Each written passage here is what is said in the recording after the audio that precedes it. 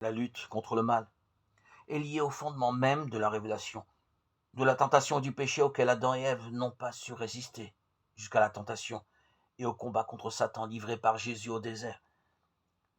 L'Écriture nous révèle le duel à mener contre tout mal, en nous et contre tous les maux que les hommes subissent.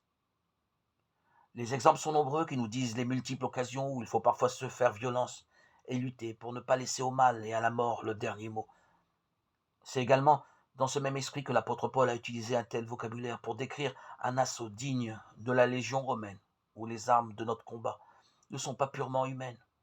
Elles reçoivent de Dieu la puissance qui démolit les forteresses, les raisonnements fallacieux de Corinthiens 10:4.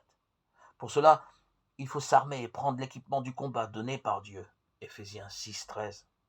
Un ceinturon de la vérité, une cuirasse de la justice, les sandales de l'ardeur à annoncer l'évangile de la paix, le bouclier de la foi pour éteindre les flèches enflammées du mauvais, le casque du salut et le glaive de l'esprit, c'est-à-dire la parole de Dieu. Versets 14 et 17. Une telle bataille, pour un vrai triomphe, n'a d'autre source que celle du Christ sur la croix qui, dans une lutte mortelle et paradoxale, détruit le mal et le péché. Ô mort, où est ta victoire?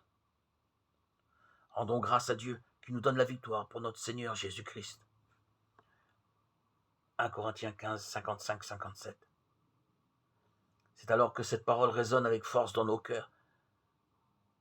Croyez, convertissez-vous, croyez à l'Évangile.